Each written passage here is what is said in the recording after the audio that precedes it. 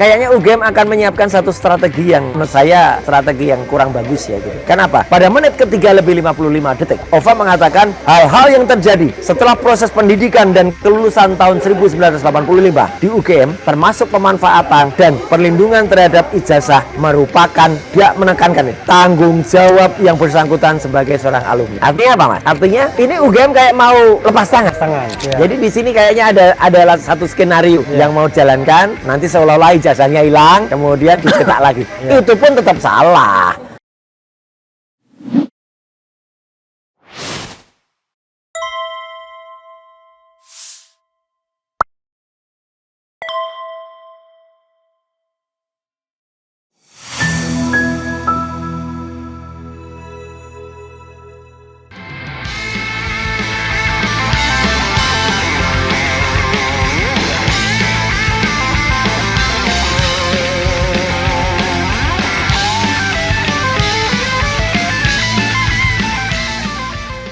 Dia membantah ada lembar ujian ujiannya itu ada gitu.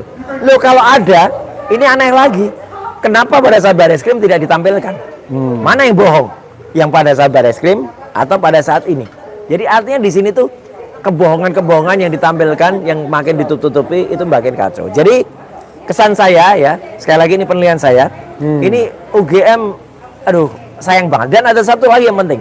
Pada saat si Prof. Ova itu menyampaikan, kayaknya UGM akan menyiapkan satu strategi yang menurut saya strategi yang kurang bagus ya gitu. Kenapa? Pada menit ketiga lebih 55 detik ya gitu. Ova mengatakan hal-hal yang terjadi setelah proses pendidikan dan kelulusan tahun 1985 di UGM termasuk pemanfaatan dan perlindungan terhadap ijazah merupakan, dia menekankan tanggung jawab yang bersangkutan sebagai seorang alumni. Artinya apa, Mas? Dan semua pemirsa Era Channel. Artinya ini UGM kayak mau lepas tangan. Gitu loh, kayak mau lepas tangan, dan itu kalimatnya persis ya. Gitu. Pada menit ketiga 55 detik. Lepas tangan, jadi seolah-olah, dan itu pun dicontohkan oleh Profesor Wening pada video podcast yang UGM menjawab. Dia mencontohkan, coba kalau ada misalnya ijazah di Inggris gitu. Mungkin untung dia nyebutnya Oxford. Kalau dia nyebutnya Bradford, nanti bisa blepot nanti. Ada yang ayah yang disebut menolak ayah itu makin nolak lagi nanti gitu. Dia mengatakan ada ijazah di Oxford, kemudian tiba-tiba itu dicetak lagi, Oxford tidak bertanggung jawab kan. Jadi di sini kayaknya ada satu skenario yang mau jalankan, nanti seolah-olah ijazahnya hilang, kemudian dicetak lagi. Itu pun tetap salah. Ya, ijazah itu kalau hilang nggak boleh nyetak lagi gitu. Ijazah kalau hilang tuh harus keluar yang namanya surat tanda pengganti ijazah, dan itu harus ada keterangannya, harus ada hilangnya kapan dan laporan. Dan menariknya titik-titik atau poin-poin atau batu-batu lonceng yang bisa dipakai itu misalnya ketika dia daftar wali kota, ketika dia daftar Jakarta. Kalau ternyata itu sudah pernah ada yang hilang, nah maka kapan itu muncul ijazah yang baru itu yang dicetak lagi itu yang ada. Tapi yang jelas kesimpulan saya sederhana, tolong baca saja komentar yang ada di bawahnya YouTube-nya UGM. Itu aja udah.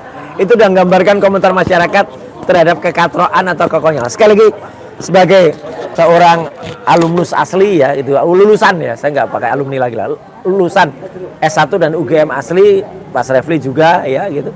Saya sangat menyayangkan kenapa Humas UGM atau tim komunikasi UGM malah menjebloskan kalau menurut saya ya, malah menjatuhkan ya, sehina-hinanya ya rektor dan jajaran rektorat dengan hanya membuat video sekualitas humas kecamatan kalau kata Pak Lukas ya pada podcastnya dia gitu, Mas. Itu podcast itu semacam podcast dia bikin ya? Yes, gini, keterangan pers ya. Keterangan pers. Oke. Ya bentuknya kayak podcast. Jadi ada penanda tangan, ada wawancara ya, namanya si siapa itu ya. Ada wawancaranya satu ya, tadi sudah saya sebut. Kemudian ada 3 orang yang lain. Jadi artinya dia tapi dibuat harusnya kan dialog itu hidup. Dialog itu kaku sekali. Direncanakan. Sangat direncanakan, pertanyaan dan jawabannya, dan tampak sekali di tengah-tengah itu banyak banget editing gitu. Di-cut sambung lagi, terutama pada statementnya rektor. Masa hanya untuk membuat di bawah 5 menit saja itu editingnya ya, cut to cut-nya tuh banyak banget gitu loh. Jadi kan ngapa gitu, ini aja langsung nggak usah cut to cut, kan harusnya kan berpikir dengan apa yang dikatakan tuh apa yang dipikirkan, bukan apa yang dia baca gitu loh. Rektor itu menyampaikan 10 poin dan semuanya baca gitu. Jadi Mas Roy ya, Nah, Mas Roy mencium nggak ya sebenarnya UGM sedang terlibat sebuah skenario ya untuk exit ya kan, atau Betul. escape clause Betul. dari kasus ini betul. yang membuat diri UGM aman, tapi juga tidak diserang oleh kekuasaan yang pernah melindunginya. Itulah kalimat, sekali lagi saya ulangi kalimatnya yang dikatakan oleh Profesor Ova di menit ketiga lebih 55. Buktikan kata-kata saya sama persis. Hal-hal yang terjadi setelah proses pendidikan dan kelulusan tahun 1985 di UGM, termasuk pemanfaatan dan pelindungan terhadap ijazah, merupakan itu ada penekanan dia ke apa kok? Tanggung jawab yang bersangkutan sebagai seorang alumni. Kalimat itu ada. Gitu. Oke. Ya. Dari sana ya, ada spekulasi yang berkembang. Ya. Ini saya sekalian lagi minum apa ini ya. Kenapa saya minum ini? Karena Mas Lively sesuai dengan baju yang saya pakai. Nah, ini. Ini ya. Laki-laki kalau ketemu susu, soda itu akan gembira, sama seperti minuman ini. ini soda kalau ketemu susu akan gembira. Tapi UGM lagi gak gembira ini namanya Mas gitu. Lagi dalam tekanan. Karena bukan ketemu soda tapi ketemu Tifa. Ketemu Tifa gitu loh. Jadi ada satu skenario ya. Sembari minum ya saya ya pemirsa. Ya, silakan. Satu hal yang saya sempat pikirkan, apakah mungkin sebenarnya ada ininya skenario ijazah Jokowi ini, ya kan, diberikan tahun 85, tapi dilalanya hilang, atau ini mohon maaf ya, atau dia nggak pede dengan ijazahnya pada waktu itu. Padahal kan di ijazah itu nggak ada nilainya ya. Makanya jelas banget. Ya, tetapi kan bisa jadi ada orang yang kemudian tiba-tiba ngoper-ngaprek gitu kan. Mungkin ada persyaratan, ada requirement dan lain sebagainya. Nah, itu satu skenario ya, satu pemikiran. Pemikiran lain adalah memang tidak pernah ada ijazah S1-nya gitu ya. Karena menurut saya, ini kita sambil diskusi Mas ya. Iya, betul. Apa yang dilakukan penelitian oleh Mas Roy, kalau itu terkait dengan ijazah yang pernah diupload Dian Sandi, atau pernah disampaikan Dekan Sigit Sunarta, termasuk juga reuni rekan-rekan yang reunian itu ya. Dan terakhir Bareskrim Mabes Polri, itu kan ijazah yang sama ya. Betul. Iya, penampilannya sama. Penampilannya sama. Nah, itu bisa dikatakan, tidak bisa dikatakan bahwa Jokowi lulus atau tidak lulus. Betul. Iya. Jadi, tetapi kalau itu yang menjadi patokan, Mas Roy sudah menyimpulkan bahwa itu adalah rekayasa. Iya, karena kalau itu yang tampil, ya, kalau misalnya punyanya Dian Sandi yang itu habis yang diupload ya maksudnya, itu kan dikatakan oleh Jokowi itulah ijazah saya. Ya. Kalau dia tahu betul bahwa itu ijazahnya, maka ijazahnya yang diupload oleh Dian Sandi itu satu, tidak memiliki watermark UGM, nggak ada. Emboss pada tanda tangan rektor Prof. Teo Yakob juga nggak ada. Ya, artinya itu nggak bisa dikatakan. Kalau saja itu ternyata memang yang benar seperti itu, maka saya, Dr. Resmond dan Dr. Tifa sudah sepakat menyatakan bahwa itu adalah ijazah yang tidak otentik atau tidak benar. Apalagi kalau kita lihat skripsinya, skripsi yang tidak ada lembar pengujiannya, skripsi yang tidak ditandatangani oleh penguji yang sah, yang konon katanya pada saat konferensi pers di UGM Menjawab itu ada.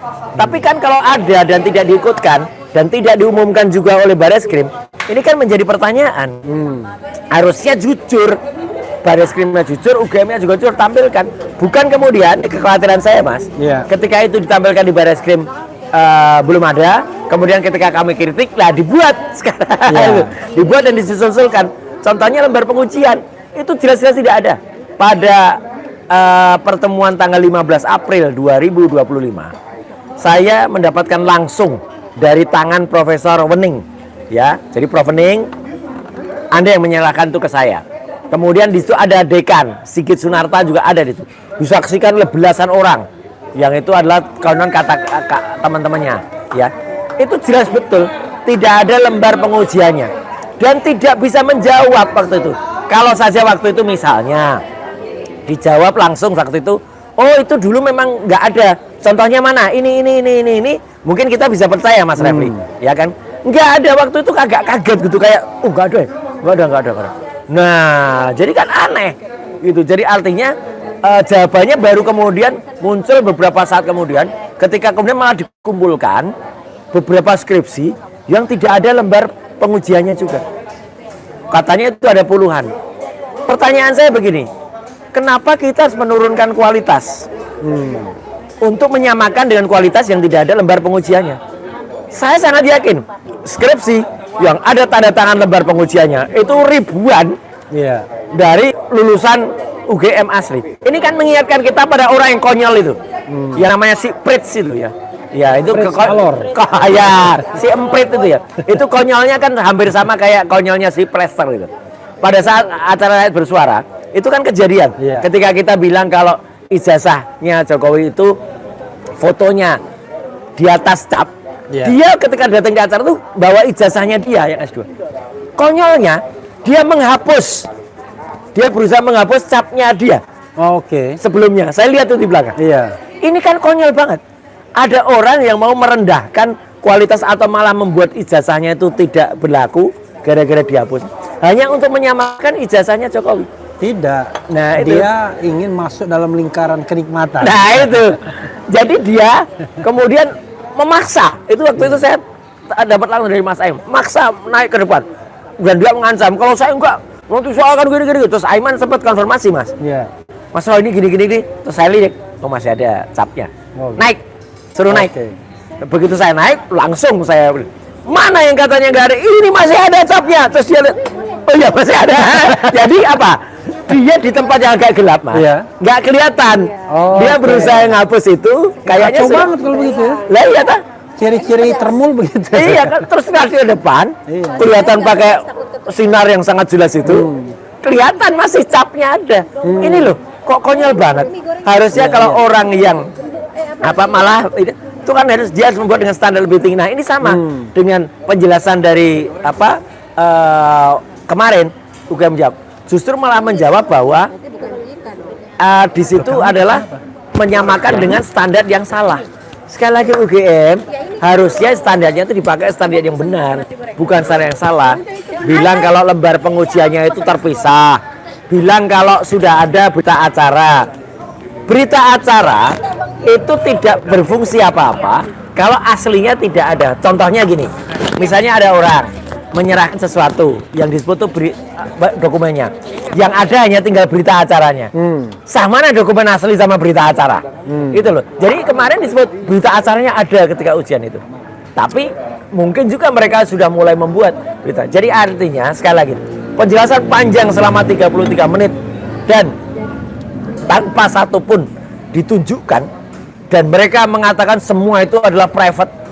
Ini konyol sebagai sebuah universitas yang katanya memperoleh predikat nomor 2 di Indonesia. Saya benar-benar menyayangkan, apalagi saya termasuk orang yang dulu menyusun naskah akademik, termasuk menyusun Undang-Undang Keterbukaan Informasi nomor 14 tahun 2008 yang disahkan pada tanggal 30 April 2008, dan ketika itu mulai dijalankan 30 April 2010, Mas, saya ada di Komisi 1, saya anggota Komisi 1 DPR yang mengawasi dan menjalankan, bahkan juga ikut membentuk PPID di setiap itu. Artinya sayang banget lah UGM ini menggunakan tata cara atau konsultan komunikasi yang salah besar. Prof Ova, saya benar-benar saya tuh sayang kepada UGM dan saya tuh menghormati Anda gitu. Tapi Anda justru sedang menjatuhkan diri Anda sendiri. UGM justru sedang dihinakan sehina-hinanya oleh justru jawaban kemarin itu. Ya itu, Mas. Iya, ada dua kemungkinan lagi ya, bahwa UGM ingin menghindar, lepas tangan. Ya, dengan statement tadi itu. Dia tidak mau lagi ngapa-ngapain, tapi ada statement yang justru kita berpikir bahwa UGM sedang provide hal-hal yang dipertanyakan Rosario dan kawan-kawan. Betul. Itulah. Gitu. Artinya gini, tantangan saya. Kalau memang itu dari dulu ada, kenapa pada saat Bareskrim itu nggak ditampilkan? Inilah ketidaktransparan dan ketidakjujuran. Dan dari dulu kan yang namanya ijazah pembanding itu kan katanya ada, ya kan? Tapi kan faktanya, saya sudah berani sampaikan juga di channelnya Bang Refli kan gitu. Ijazah 1115, 1115 milik Fronojiwo, 1116 almarhum Hari Mulyono, 1117 milik Sri Murtinisi. Itu bukan hanya saya loh ya. Topi Merah juga melakukan. Dr. Resmond juga melakukan. Satu lagi orang ITB juga melakukan, ya gitu. Yang inisialnya MA itu. Mystery guest. Mystery guest. Jadi artinya kami pun siap di challenge dan sampai dengan saya penerbitan buku Jokowi's white paper ini pun juga siap di challenge. Bukan hanya kemudian dicoba dipatahkan dengan hanya narasi-narasi. Oh itu nggak bisa. Oh itu begini. Kemarin kan juga ada di salah satu TV ya, gitu ketika diundang di iNews juga di acara interupsi. Dr. Resmond di-challenge oleh orang yang ngakunya pakar ya, pakar abal-abal itu ya, itu yang dari Jogja juga itu dari UGM, inisialnya JS ya. Saya nggak usah sebut namanya lengkap, nanti dia ikut ngetop kayak si Prits itu ya gitu. Nah itu kan mau numpang ngetop itu atau nunggu jabatan komisaris. Soalnya ada banyak komisaris yang harus dicopot ini sekarang. Satu komisaris yang dipakai oleh Sylvester, ya dua komisaris yang kemarin kena apa itu bukan komisaris, itu udah wakil menteri ya. Tapi kan ada juga komisaris yang sebenarnya orangnya TSK lagi harusnya tersangka karena dia melakukan penistaan agama tahun 2015. Yang itu sudah sempat tersangka, kemudian di SP3 dengan kekuatan, tapi kan sudah dianu lagi. Inisialnya AA lah, kita nggak usah ngomong belakangnya Armadillo lah. Kok Armadillo? Armageddon. Ya itu nggak usah, nanti ngikut ngetop dia gitu loh. Ya, jadi kalau misalnya Mas Roy ya, kita berasumsi bahwa penegakan hukumnya ini fair. Ya, asumsi kita. Asumsi ya. Ya. Kalau begitu UGM berpotensi terlibat kejahatan dong. Itulah sedihnya. Gitu. Ya. Karena kenapa saya bilang terlibat kejahatan? Memang nggak bisa kita bilang UGM secara keseluruhan. Ya. Tapi kalau yang terlibat itu rektor, itu kan nggak bisa lagi dibilang oknum. Betul, itu sudah puncak Sudah tertinggi, representasi kan? dari Enggak, UGM. rektor masih belum tertinggi, Mas. Oh, wali majelis wali amanah. Iyalah. Ya, tapi majelis wali amanah kan tidak menjalankan fungsi-fungsi hukum kayaknya. Betul. Karena biasanya yang mewakili keluar ke dalam itu dalam rektor. hal urusan hukum kan rektor. Itu rektor. Majelis wali amanah biasanya cuma cari duit Iya, doang dan rektor biasanya. itu kan tidak hanya sendirian, dia kan dibantu para WR ya, para wakil-wakil rektor itu yang harusnya menasihati dia lah. Atau saya sebenarnya lihat gini loh Mas, ketika kampus UGM di bulan September tahun 2024 lalu, ya di tempat yang Balerung, tempat yang sangat waktu itu berani meneriakkan kepada Jokowi, ya tentang apa-apa yang dilakukan, itu saya hormat betul. Di situ nampak betul. Ada Prof. Kuncoro masih ada, kalau istilahnya orang masih sebelum jadi termul gitu ya gitu. Ada Ari Sujito, ya itu selaku wakil rektor juga, ya. Dan yang sampai sekarang masih konsisten, Prof. Sofyan Effendi juga ada di sana, gitu. Itu kan bagus, kita hormat banget itu. Dan itu kan harusnya beliau-beliau itu, para profesor itu, kan bisa mengingatkan kepada rektor gitu loh. Kenapa rektor harus terjebak atau kenapa harus melakukan hal kayak gini? Saya benar-benar sangat menyesalkan ya gitu, menyayangkan dan ya sedih saya. Itu masih sedih membaca komentar-komentar banyak sekali yang ada itu, dan sekali lagi mostly loh, sebagian besar itu malah ya saya tidak sampai hati untuk mengatakan menghina ya, tapi menyalahkan UGM dengan membuat statement itu. Jadi ada dua statement, satu dari rektor yang nggak sampai 5 menit ya, sekitar 3 menit sekian atau 4 menit, yang satu lagi 33 menit, tapi itu zong ya, itu tidak bernilai apa-apa. Sekali lagi selaku bukan alumni lagi ya, selaku lulusan asli UGM S1 saya dan kira S2, kita nggak bilang lulusan ya, pemegang ijazah asli ya. pemegang ijazah asli. resmi Soalnya- kalau itu. Ya, kan Ya, bingung kita soalnya. Heeh, heeh. Pemegang ijazah yang tidak asli. Ada pemegang ijazah yang diakui, tapi belum tentu. Itulah konyol.